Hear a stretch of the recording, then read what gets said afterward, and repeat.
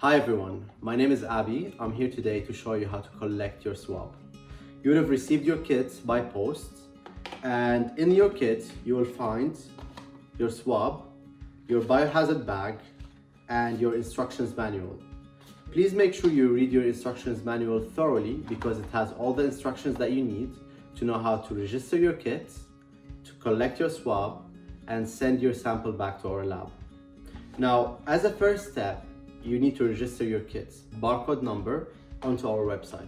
To register your kit barcode, just go to Rightangled.co and go to register your kit on this link here and enter your alphanumerical barcode number in that box. Once you have done that, you can then create your account, fill in all the details, and you're all set to collect your swab. Now, before you start collecting your swab, make sure that you don't eat or drink for at least 30 minutes before the time of collecting your sample. In addition, make sure that you have washed your hands thoroughly for 20 seconds. Now you're ready to collect your swab. The swab comes like this. It's quite a long tube with a cotton bud at the top that you would need to collect your sample from your throat. First, open the swab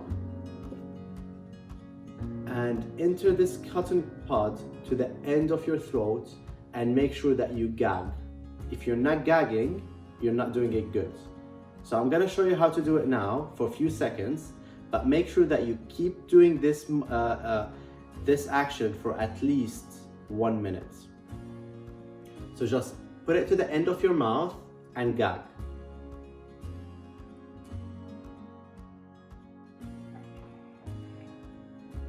Keep doing this for 30 seconds. Make sure that the whole cotton pod is covered by the mucus that you have at the end of your throat, and directly put it back into that tube. Make sure that the cotton pod does not touch any of the surfaces around you and is going from your mouth directly into the tube itself. Once you have collected your sample, you can now put it back into the biohazard bag.